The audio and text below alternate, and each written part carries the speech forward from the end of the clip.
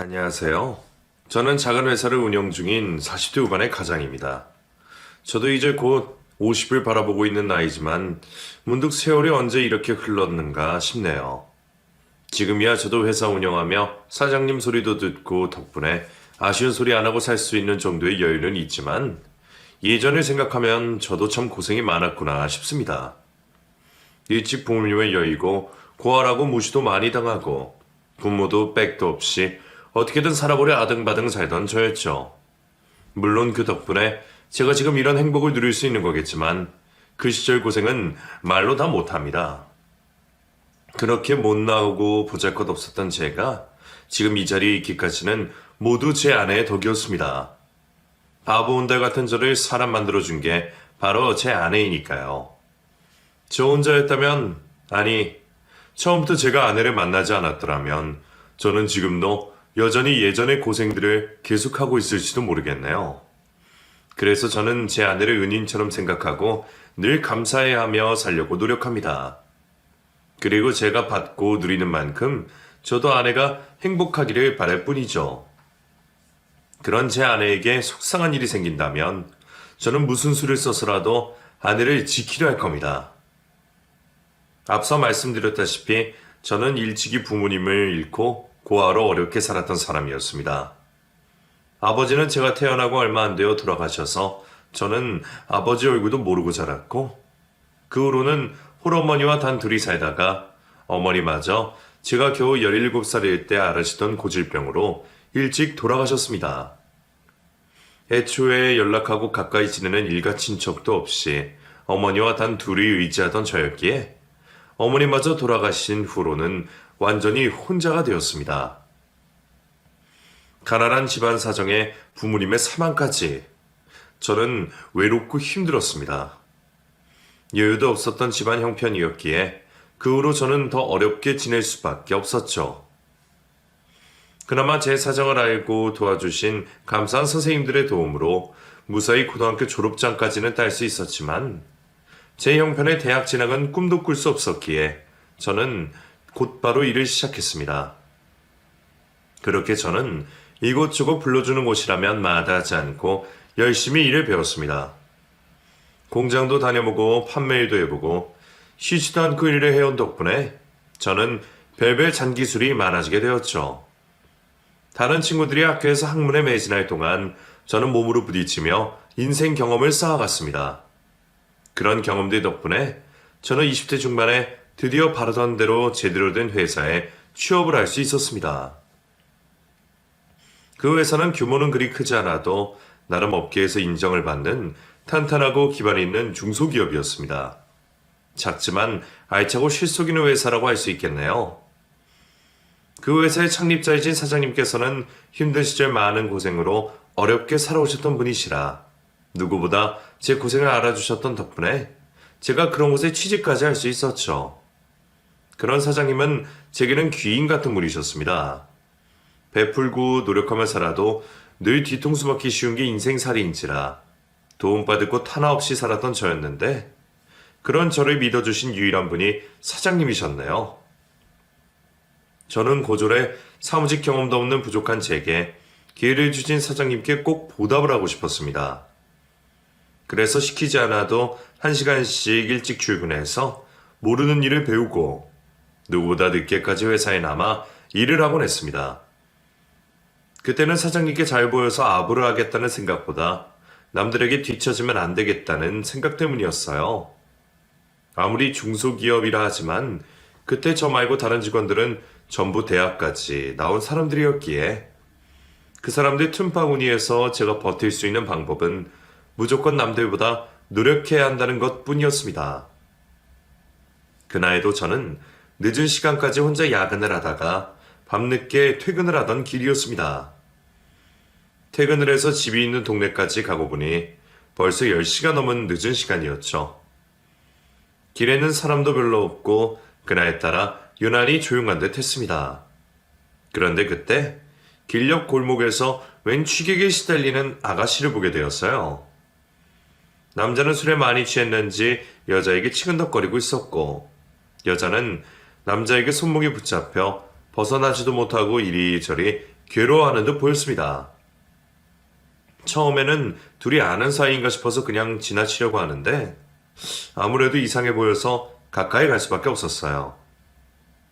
저기요, 괜찮으세요? 둘이 아는 사이예요? 아니에요. 모르는 사람인데 저를 가지도 못하게 하고 자꾸 붙잡아서. 제가 도와드릴까요? 예, 좀 도와주세요. 아저씨, 그 손 놓고 그냥 갈 길 가세요. 여기 이분이 싫으시다잖아요. 너는 뭐야? 네가 뭔데 끼어들어? 너, 이 여자 애인이라도 돼? 이 아가씨, 오늘 나랑 놀기로 했는데. 아이, 내가 쏜다니까. 얼른 가자니까 그래. 싫어요. 제발 놔주세요. 무서워서 말도 못하고 울먹이는 그 아가씨를 본 저는 인사불성인 취객을 힘으로 떼어놓으며 그 아가씨를 구해주게 되었습니다. 그리고 무서워하는 그 아가씨를 제가 직접 택시까지 잡아 태워보내며 저도 집으로 돌아가게 되었죠. 그 아가씨는 고맙다며 사례라도 하겠다고 제 번호를 받아갔지만 솔직히 저는 연락이 돌아올 거라 생각하지 않았습니다. 그런 상황을 목격했다면 저 말고 누구라도 그랬을 텐데 그런 당연한 일로 무슨 사례까지 왔나 싶어서 말이죠. 아니나 다를까 며칠 동안 연락이 오지 않았고 저도 그 일은 금세 기억에서 지우게 되었습니다. 그리고 저는 또다시 매일 일에 전념하며 바쁜 일상을 보내고 있었죠. 그런데 보름 정도 지난 어느 날 잊고 있던 그녀에게 전화가 걸려왔더군요. 여보세요? 혹시 저 기억하시나요? 저번에 저를 도와주셨잖아요. 그래서 제가 꼭 살해하겠다고 했는데. 예, 기억납니다. 연락이 없어서 잊고 있었는데 정말 연락 주셨네요. 늦어서 죄송해요. 제가 번호 적어둔 노트를 잃어버리는 바람에 번호를 다시 기억해내느라 힘들었어요. 알고 보니 그 아가씨가 제가 적어준 번호를 잃어버렸다네요.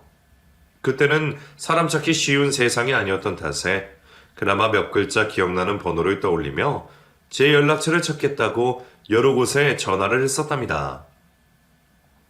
보름 동안 매일 여기저기 전화를 하며 저를 찾아다니다가 이제야 겨우 연락이 닿았던 거죠. 사실 저도 사례 같은 건 필요 없다고 말했으면서 마음은 그렇지 않았던 모양입니다. 남을 도와줘도 돌아온 건 없구나 싶어서 꽤 마음이 쓰렸는데 그런 사연을 듣고 나니 괜히 감동스럽기까지 하더군요. 그 마음만으로도 고마워서 사례는 정말 필요 없다고 했는데 그 아가씨는 저를 꼭 다시 만나서 감사를 전해야겠다며 저와 약속을 잡았습니다. 덕분에 저는 오랜만에 일찍 퇴근을 하며 그 아가씨와 저녁 식사를 하게 되었죠. 덕분에 맛있는 밥도 얻어먹고 커피까지 마셨으니 됐다 싶었는데 저희의 만남은 거기서 끝이 아니었습니다. 이런저런 핑계로 서로 약속을 한 번씩 더 잡으면서 만나다 보니 저희가 어느새 서로 마음이 있다는 걸 알 수밖에 없더라고요. 사실 저는 진작부터 미연이에게 마음이 있었지만 저는 쉽게 마음을 고백을 할 수 없었습니다. 저도 회사 생활하면서 전부 다 인생이 많이 피었다 생각했지만 미연이는 대학에서 공부를 하고 있는 대학생이었거든요.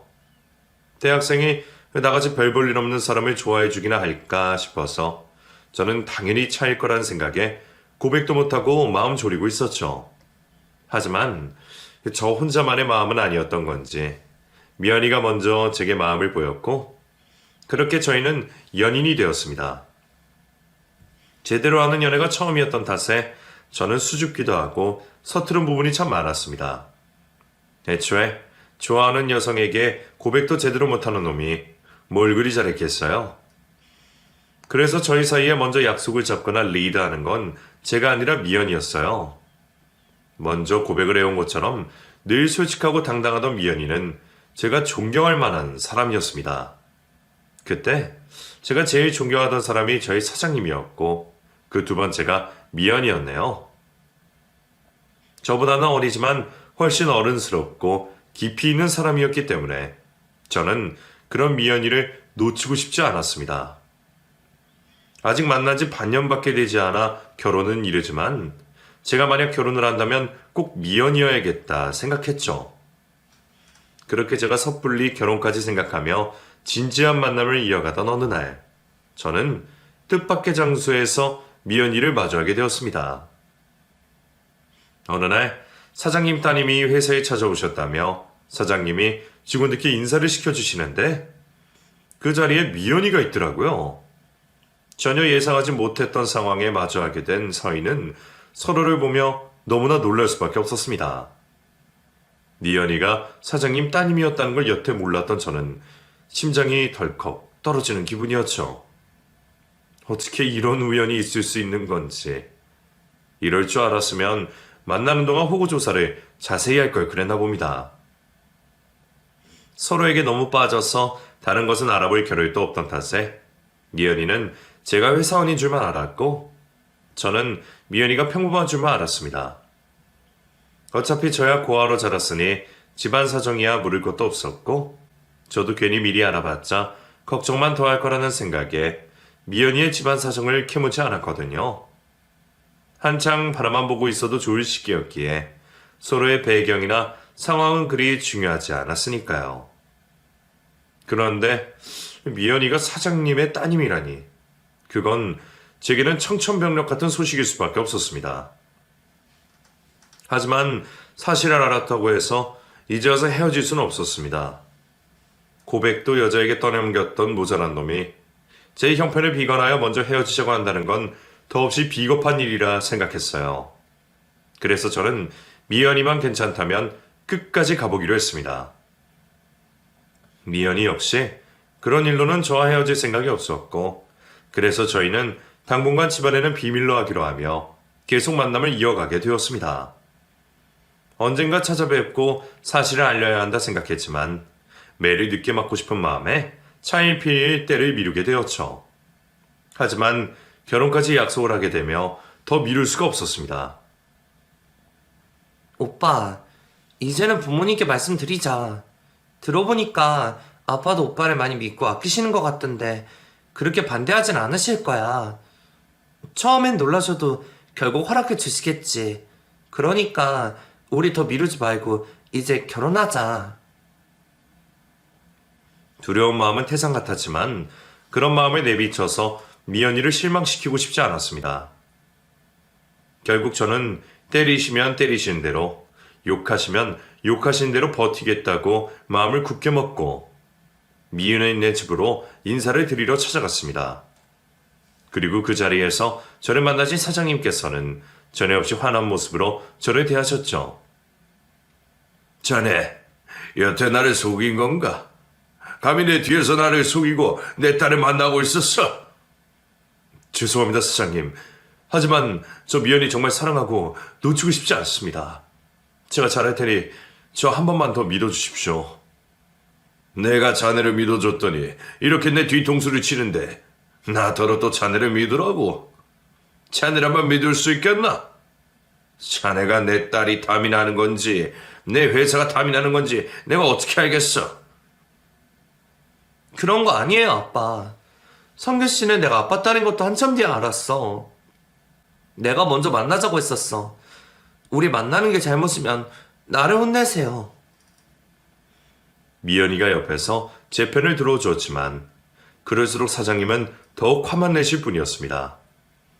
저도 험한 말을 예상하긴 했지만 생각보다 더한 반응에 의기소침할 수밖에 없었죠. 평소 학벌로 직원들을 비교하지 않으시고 편견이 없으신 분이시기에 어쩌면 저희 사이를 흔쾌히 허락하실지도 모른다 생각했습니다. 하지만 역시나 사장님과 딸 가진 아버지의 마음은 전혀 다른 결이었던 모양입니다. 사장님께서는 노발대발하시며 저희의 결혼을 반대하셨고 저희는 집안의 반대에 부딪혀 결혼의 난항을 겪을 수밖에 없었습니다. 하지만 서로 끝까지 포기하지 않기로 했죠. 그래도 사장님이 그 일로 저를 회사에서 자르진 않으셨기에 저는 어떻게든 사장님께 진심을 보이려 노력했습니다.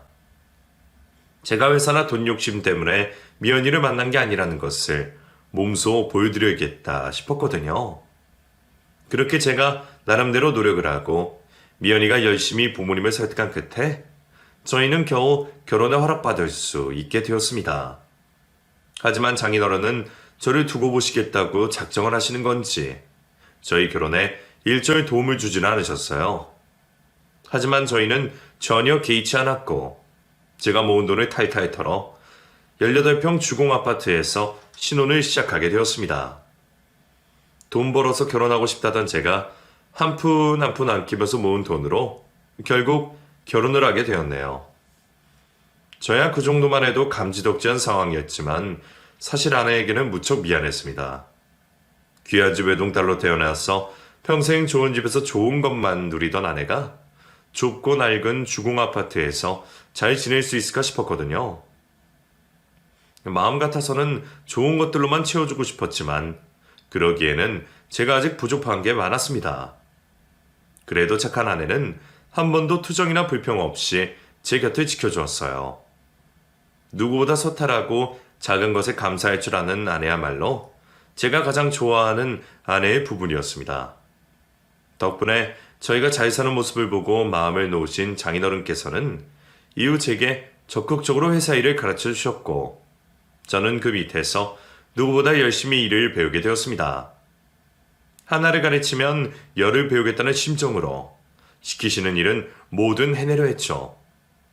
장인어른께 잘 보이고 인정받고 싶어서 당연히 열심히 일을 해야 했지만 사실 그때는 제가 그럴 수밖에 없는 다른 이유가 있었습니다. 다들 불경기에 세계 경제까지 안 좋아지면서 문을 닫는 회사들이 늘고 있었는데 저희 회사 역시 겨우 버티고 있었을 뿐 바람 앞에 등불 신세인 건 마찬가지였어요. 큰 회사들과 달리 작은 문제에도 휘청할 수 있는 영세 회사였기에 저는 회사를 위해서라도 바쁘게 뛰어다닐 수밖에 없었습니다. 하지만 그런 직원들의 노력에도 회사 사정은 점점 나빠져 갔습니다. 오죽하면 장인어른께서 은행 대출로도 모자라 개인 사비까지 털어 회사 운영을 하셨으니 안 좋은 상황임은 확실했죠. 그런데 하필이면 그런 상황에 기껏 만들어 두었던 신제품이 전량 폐기되는 일이 벌어지고 말았습니다. 들인 돈이 있는데 매출이 없으니 그 일로 회사 사정은 걷잡을 수 없이 나빠졌고 결국 회사는 더 이상 직원들에게 월급을 주지 못할 상황까지 되었습니다. 그 일로 충격을 받으신 장인어른은 평소 지병이셨던 고혈압으로 쓰러지시면서 병원 신세를 지셔야 했고 태어난 뒤로도 이전같이 지내지는 못하셨습니다. 회사는 무너지고 아버님은 쓰러지고 그때 아내의 상태 역시 좋지 못했어요. 아내는 그런 장인어른을 간병하느라 친정에 가 있었고 저는 혼자서라도 어떻게든 회사를 다시 살려보겠다며 백방으로 뛰어다닐 수밖에 없었습니다. 장모님께서는 가망이 없으니 포기하라고 하셨지만 저는 그렇게 회사가 문을 닫는 것을 차마 두고 볼 수가 없었습니다. 장인어른이 평생을 바치시고 제가 꿈을 키운 곳이었으니까요. 얼마가 걸릴지 몰라도 저는 장인어른의 피와 땀을 무시할 수 없었습니다. 하지만 장인어른은 결국 다시 일어서지 못하시고 돌아가시고 마셨습니다. 그 후 저는 장인어른의 뒤를 이어 회사를 이어받게 되었고 혼자 대신 장모님까지 모시며 제가 세 식구의 가장 노릇을 하게 되었습니다. 제 어깨에 짊어진 무게 때문이라도 저는 열심히 할 수밖에 없었어요. 열심히만 하면 안 된다고 하지만 제가 달린 뭘 할 수 있었겠어요. 숟가락으로 땅을 파더라도 포기하지 않으면 우물을 만들 날이 올 거라 믿으며 저는 끝까지 포기하지 않았습니다. 밑바닥부터 다시 시작해야 하는 일이라 힘들었지만 시간이 지날수록 조금씩 빛이 보이는 기분이었습니다. 그렇게 몇 년을 고생한 끝에 저는 다시 장인어른의 회사를 살려낼 수 있었습니다. 물론 예전만큼은 아니지만 공장도 다시 돌리고 직원들도 데려오면서 상황이 나아져 갔어요. 그 과정에서 아내 역시 물심양면으로 저를 도왔고 장인어른이 키우신 회사를 저희 부부가 지켜낼 수 있었습니다. 이런 상황을 장인어른이 보셨으면 참 좋아하셨을 텐데 말이에요. 저는 무사히 회사를 지켜낸 것으로 장인어른이 저를 조금이나마 인정해 주셨으면 했습니다. 회사가 안정화되어 가면서 저희 부부도 조금 여유를 찾으며 아이도 가지고 행복한 일상을 보내게 되었어요. 아내는 집에서 아이들을 키우며 제 내조를 도왔고, 저는 그런 아내의 내조와 아이들의 재롱에 힘을 얻으며 성실한 가장 노릇을 할 수 있었습니다. 가족들은 제가 노력하고 달려가는 원동력이었어요. 제가 책임져야 할 식구가 늘어날수록 저는 더 성장할 수밖에 없었습니다. 그런 도움과 노력들 끝에 값진 성과가 있었고, 덕분에 저는 어릴 적 꿈에 그리던 좋은 집에서 사랑하는 가족들과 함께 행복을 누릴 수 있게 되었죠. 그러다 어느 날 제가 손님을 모시고 저녁 식사 자리에 아내와 함께하는 일이 있었습니다. 제가 접대를 해야 하는 분이 저희 회사의 해외 쪽 판로를 위해 꼭 도움을 받아야 하는 사장님이었는데, 마침 저희가 동년배다 보니 서로 편하게 부부 동반으로 자리를 하는 게 어떻겠냐 싶더군요. 그런데 그쪽 사모님께서 저희 아내 얼굴을 알아보고는 먼저 말을 겁니다. 저희가 동년배이다 보니 아내들 역시 엇비슷한 나이일 줄 알았지만 설마 그런 곳에서 아내의 인연을 만날 줄은 몰랐네요. 반갑게 하는 채를 한 그 사모님은 아내 대학 시절 동창이었습니다. 어머, 너 미연이 아니니?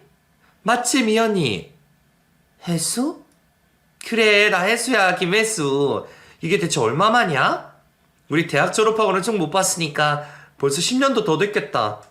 세상에, 우리가 어떻게 다시 만나니? 뭐야, 박 사장님, 사모님이랑 당신 아는 사이야? 대학 시절 동창이야. 이야, 정말 신기한 인연입니다. 어떻게 김 사장님 아내분이 저희 집사랑 동창인지. 세상 참 좁네요. 그럼 학교 다닐 때 둘이 많이 지냈어? 그럼요, 엄청 친했지. 대학도 같이 다녔지만 사실 저희 인연이 꽤 깊거든요. 예연이가 나한텐 거의 은인이죠. 당신도 알지만 어릴 때 내가 어렵게 자랐잖아요. 그때 도움을 많이 받았거든요. 알고 보니 두 사람은 그냥 대학 동창 사이보다 깊은 인연이었습니다. 박 사장님 사모님의 어머니께서 저희 처갓집에서 파출부리를 해주셨답니다. 마침 두 자녀가 동갑이었고 오며 가며 보기도 했었다네요. 혼자 자식을 키우며 고생하시던 파출부의 사정을 하시던 장인어른이 그 사모님이 대학에 들어갈 적에 4년치 대학 등록금까지 도와주셨다죠. 덕분에 나는 미연이랑 같은 학교에 다닐 수 있었고 우리 인연이 이어질 수 있었네요. 그땐 참 감사했는데 은혜를 갚을 길도 없이 세월이 흘렀네요. 아유, 그럼 우리가 김 사장님 댁에 신세를 진 셈이네. 이거 지금이라도 다시 한번 감사하다고 해야겠는데요. 그래야죠. 나는 그 마음 한 번도 잊어본 적 없는걸? 그러니 이제는 당신 미연이네 좀 많이 도와주세요. 괜히 사업선 생각하느라 너무 재고 따지지 말고. 제가 또 이 사람 말이라면 꼼짝을 못하거든요. 이거 오늘 계약서에 도장 찍어야겠는데요. 그래 주시면 저희야 감사하죠. 예상치 못한 인연에 얘기가 잘 풀리는 듯해서 다행이었습니다.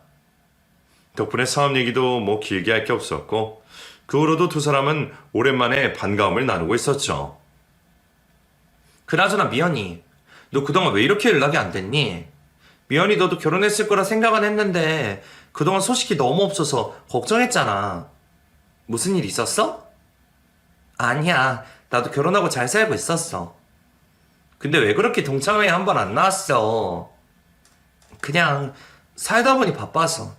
애들도 키워야 하고 이래저래. 어머, 누군 애 안 키우니? 그러지 말고 이번에 꼭 나와. 다들 너 궁금해해.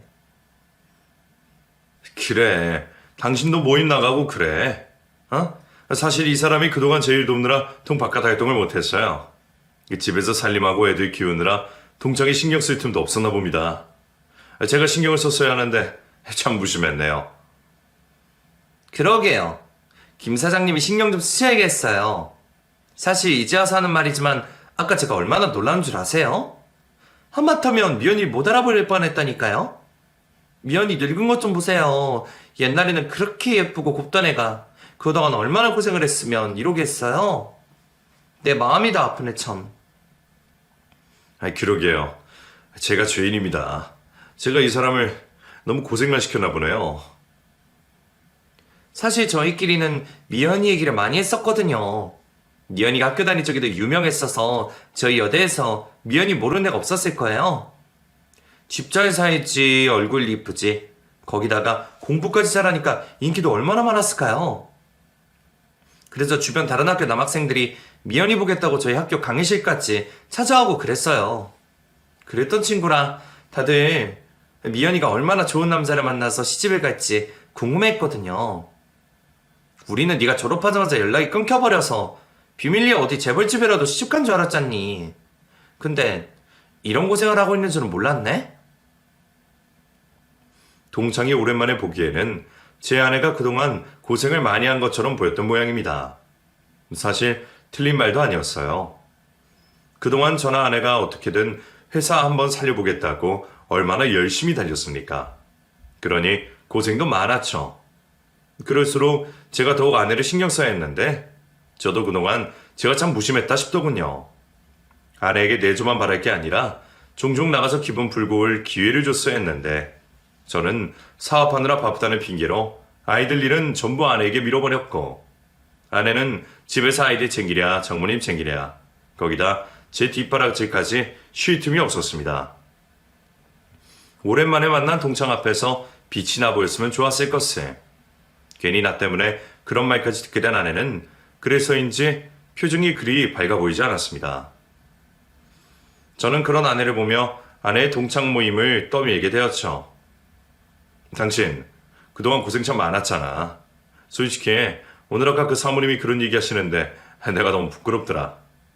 당신 20대 시절에는 그렇게 예뻤는데 괜히 나 같은 놈한테 시집 와서 여태 고생만 하고 내가 너무 무심했어. 당신 빛을 잃게 만들어서 미안해 여보. 왜 그런 소리를 해? 나는 당신이랑 결혼한 거 한 번도 후회해본 적 없어. 지금도 내가 뭐 어때서? 당신은 이제 나 안 예뻐? 물론 당신은 언제나 예쁘지만 그냥 그런 얘기를 듣고 보니 미안해서. 내가 좀 더 잘난 남자였더라면 당신 더 편하게 해줬을 텐데. 내가 어디 잘난 집 자식이었으면 장인어른 회사도 그때 살릴 수 있었을 거 아니야. 근데 하필 사위고 남편이란 놈이 가진 건 없는 고아라 아무런 도움도 못 되고. 나는 그 생각만 하면 평생 죄스러운 마음이야. 그래 놓고 당신이 그동안 친구를 만나는지 동창 모임을 나가는지 그런 것도 신경 못 썼네. 아무튼 나는 당신이 앞으로라도 나나 애들 신경 덜 쓰고 하고 싶은 대로 편하게 살았으면 좋겠어. 우리 이제 그 정도 여력은 되잖아. 그런 저의 바람대로 아내는 그 후 여태 나가지 않던 동창 모임을 나가기 시작했습니다. 박 사장님 사모님과도 자주 만나며 정말 오랜만에 사회생활을 시작하느라 바빠졌죠. 그동안 다른 동창들끼리는 자주 모여 만남을 가졌었는지 아내는 한동안 여러 친구들을 만나느라 매우 바빠 보였습니다.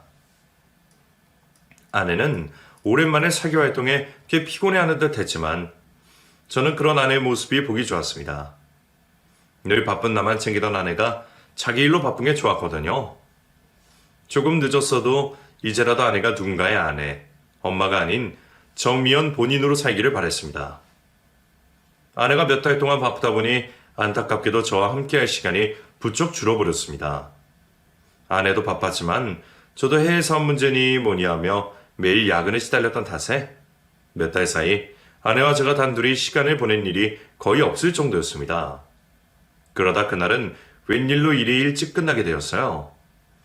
투자 얘기를 나누던 박 사장님과도 얘기가 잘 풀려가고 있었고 반년간의 고생 끝에 이제 정말 막바지 마무리만을 앞두고 있던 상황이었죠. 덕분에 오랜만에 여유가 생긴 저는 아내가 무척 보고 싶어졌어요. 그날 아내는 박 사장님 사모님 댁에서 열린 동창 모임에 참석한다며 집을 나섰습니다. 점심쯤 나갔으니 이제는 곧 끝나지 않을까 싶어서 저는 퇴근하는 길에 아내를 직접 데리러 가기로 했죠.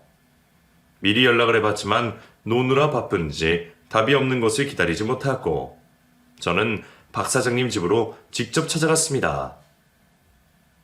이미 몇 번 초대받아 가본 적이 있었기에 제 아내가 거기 있는 상황에서는 갑작스러운 방문도 그리 패가 아닐 거라 생각했습니다. 아니나 다를까 초인종을 누르자 안쪽에서 일하시는 분이 바로 문을 열어주셨고 저는 무리 없이 집 안으로 들어갈 수 있었어요. 그런데 안으로 들어가던 제가 누군가와 마주쳤습니다. 어머, 성규씨. 여기 웬일이에요? 지혜씨 안녕하세요. 저 미연이 데리러 왔죠. 이제 동창 모임 끝났나 봐요. 미연이 안에 있나요? 불쾌한 표정으로 서둘러 나가다가 저를 마주치고 놀라던 그 사람은 제 와이프와 가깝게 지내던 지혜씨였습니다. 아내가 그동안 유일하게 종종 연락하고 지내던 동창 친구라서 저도 알고 있었죠. 그런데 아내의 친구인 지혜씨가 제게 이상한 말을 하더군요. 동창 모임이요? 오늘 동창 모임이라서 여기서 다 모이는 거 아니었어요? 성규씨, 여기 사실 미연이 동창이 아니에요. 아, 이걸 어떻게 말해야 할지. 그게 무슨 말이에요? 동창회가 아니라니? 여기서 제가 길게 말을 할 수는 없고요. 일단 연락처 좀 주실래요? 그리고 지금 여기서 빨리 나가세요. 예? 왜요? 지금은 묻지 마시고 빨리요. 저더러 다짜고짜 여기를 나가라는 말에 의문이 들었지만 재촉하는 얘기에 놀란 저는 지혜씨가 시키는 대로 할 수밖에 없었습니다. 그때 안에서 사람들이 나오는 소리가 들렸고 저는 급히 명함 한 장을 건네주고 지혜씨와 헤어졌습니다. 그리고 주차해둔 차로 돌아가 아내가 나오는 걸 기다렸습니다. 그리고 저는 제일 마지막에 힘없는 모습으로 걸어 나오는 제 아내의 모습을 보게 되었죠. 이게 대체 무슨 상황인지 알 길이 없었던 저는 지혜씨가 시킨 대로 그날은 아내와 같이 집에 가지 않았습니다. 그리고 집에서 다시 만난 아내는 제가 아까 박 사장님의 댁에 갔다 왔던 것을 전혀 모른 채로 아까 전에 피곤하고 어두운 표정과는 달리 평소처럼 밝고 환한 모습으로 저를 반겨주었습니다. 그리고 풀리지 않는 의문을 품은 채로 전전긍긍하던 저는 며칠 뒤 지혜씨에게서 황당한 얘기를 듣게 되었죠. 이걸 제가 알리는 게 맞는지 지금도 고민스러운데 그렇다고 말을 안 하자니 또 죄를 짓는 것 같아서요. 제가 원래 남의 일에 끼어들기 좋아하는 사람은 아니지만 다른 사람은 몰라도 성규 씨는 알아야 할 것 같아요. 그날 혜순의 집에서 동창 모임을 한 게 아니에요. 혜수그 기집애가 부자님 사모들 모아놓고 술 파티를 한 건데 거기서 미연이한테 음식 해놔라 시키고 그 여자도 시종들게 시킨 거예요. 저는 그 자리에서 그 꼴을 도저히 못 보겠어서 뛰쳐나온 거고요. 그게 무슨 말이에요? 박 사장님 사모님은 미연이랑 친한 게 아니었어요? 친하다고요? 누가 그래요? 그 둘 악연도 그런 악연이 없어요. 아니 혜수 그 기집애가 미연이를 일방적으로 싫어하는 거지. 혜수걔가 미연이를 얼마나 괴롭혔는데요. 혜수는 미연이를 자기 라이벌로 생각했었어요. 근데 걔가 미연이한테 될 수나 있어요? 미연이는 집도 잘 살고 예쁘고 착하고 성적까지 좋았는데요. 그래도 그때까지는 그냥 귀여운 짓이었어요. 근데 그러다가 혜수 어머니가 미연이네 집에서 파출부리를 하는 걸 애들이 알아버렸죠. 그 후로는 미연이가 잘못한 것도 없는데 혜수가 무조건 미연이 싫어했어요. 정말 많이도 괴롭혔었죠. 친했었다는 그 여자의 말과 달리 두 사람은 한 번도 친했던 적이 없었답니다. 그 여자가 제 아내를 시기하고 질투해서 전부터 많이 미워했었다는 겁니다. 자격지심 때문인 건지 대체 착한 제 아내가 뭘 잘못했는지 몰라도 남의 가방을 뒤져 물건들을 없애고 뒤에서 욕을 하고 다니고 사람을 괴롭게 했다더군요. 어쩐지 그 여자를 만나고 그리 반가운 기색이 아니었던 아내의 얼굴이 저는 이제서야 이해가 되었습니다.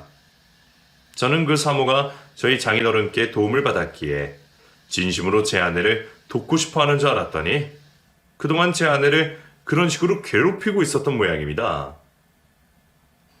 그러던 애가 어디서 남편 잘 만나서 이제는 자기 남편이 갑이라면서 성규 씨네 회사 일을 빌미로 미연이를 부려먹고 있었던 모양이에요. 저도 어제 그 자리 나가서야 알았지 그전까지는 전혀 몰랐어요. 근데 미연이 말 들어보면 그런 일이 한두 번이 아니었던 모양이더라고요. 심지어 그 집 가서 파출부처럼 일해주고 오기도 한다던데 친구인 제가 그걸 어떻게 모른 척 하겠어요? 미연이는 남편한테 비밀로 한다고 하지만 저는 그렇게 못하겠네요. 그래도 남편이 알 건 알아야죠. 아무리 회사 일 때문에 어쩔 수 없다고 하지만 이건 아니지 않아요? 그럼 그날은 왜 저더러 돌아가라고 그런 거예요? 그때 가서 미연이를 데리고 나오라고 했어야죠. 그날은 장소가 헬스 집이기도 하고 저도 생각할 시간이 필요해서 바로 말을 못한 거죠. 괜히 그 집에서 난리 피웠다가 주거침입이니 뭐니 불리할 수도 있잖아요. 대신 제가 며칠 뒤에 헬스가 하는 또 모임이 있다는 걸 알았으니까 그때 가서 미연이 데리고 나오세요. 아마 그때도 그날처럼 미연이 데리고 나가서 자기 시종 들게 할 거예요. 지혜 씨 아니었으면 저 끝까지 아무것도 모를 뻔했네요. 정말 고마워요. 아니에요. 저도 헬스케가 너무 못됐다 싶어서 그렇죠. 그렇게 아내의 친구에게서 뒤늦게 진실을 듣게 된 저는 전혀 몰랐던 사실에 황당하고 기가 막혔습니다.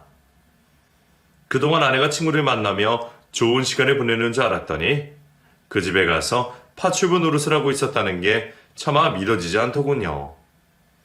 남들 앞에서 그런 수모를 겪고 있었으면서 나한테는 알리고 싶지 않아 아무렇지 않은 척을 하고 있던 아내를 생각하면 저는 가슴에서 피눈물이 나는 기분이었습니다. 나를 위해서, 아버지 회사를 위해서 그런 일을 참아내야 했을 아내가 너무 불쌍하고 안타까웠습니다. 그리고 정말이지 그 사모를 찢어 죽이고 싶은 마음까지 들었어요.